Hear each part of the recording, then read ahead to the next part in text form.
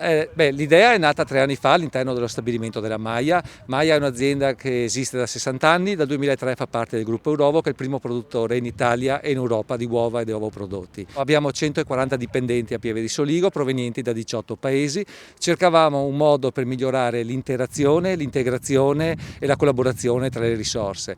Abbiamo voluto farlo attraverso lo sport che è un veicolo eccezionale di aggregazione e anche divertendoci. Abbiamo iniziato 3 anni fa con il nostro allenatore, il coach Gabriele Marsura, proponendo un'attività di avviamento all'atletica per i dipendenti e per i loro figli.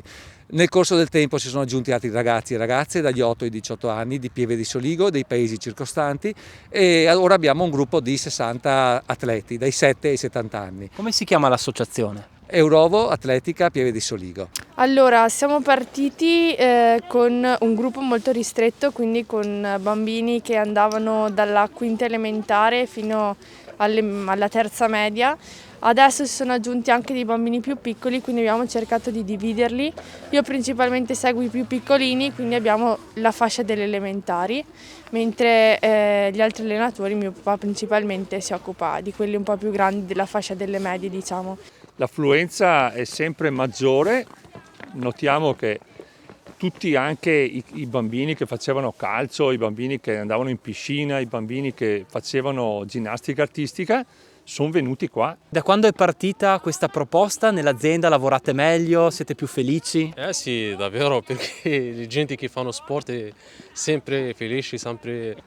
Sì, sicuramente, dopo trovandosi anche la domenica è un motivo in più per le gare, insomma. Sono più di 2 anni che stiamo riscontrando dei benefici da questa iniziativa. Ci ha portato una propensione a lavorare in gruppo, a un miglioramento a quello che è il lavoro in team che non ci aspettavamo e che con piacere abbiamo riscontrato. Siamo soddisfatti perché abbiamo ridotto il turnover del personale, aumentato la produttività, il personale è più soddisfatto e anche si rende conto che vivere questa associazione all'interno dell'azienda e fuori dall'azienda, perché comunque continui a viverla anche quando sei al lavoro, ti dà la possibilità di costruire una relazione con i colleghi diversa da quella che si poteva avere prima. Quindi ne siamo totalmente soddisfatti e spero di poter replicare questo progetto anche in altri stabilimenti o in altre sedi del gruppo. L'idea è poi stata portata avanti in collaborazione con Roberto, che è responsabile di produzione dello stabilimento,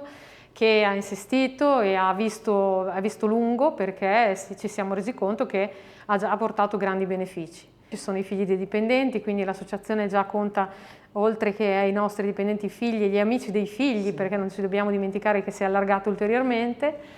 Abbiamo già fatto qualcosa, quindi abbiamo sempre fatto qualcosa insieme al Comune di Pieve di Soligo e continueremo a farlo. Ringraziamo tutti i protagonisti di questa iniziativa, sia gli atleti sia chi si è prodigato per far nascere questa iniziativa, in particolar modo il gruppo Eurovo, che non ha fatto mancare il sostegno anche economico affinché questa nuova avventura potesse avere una partenza.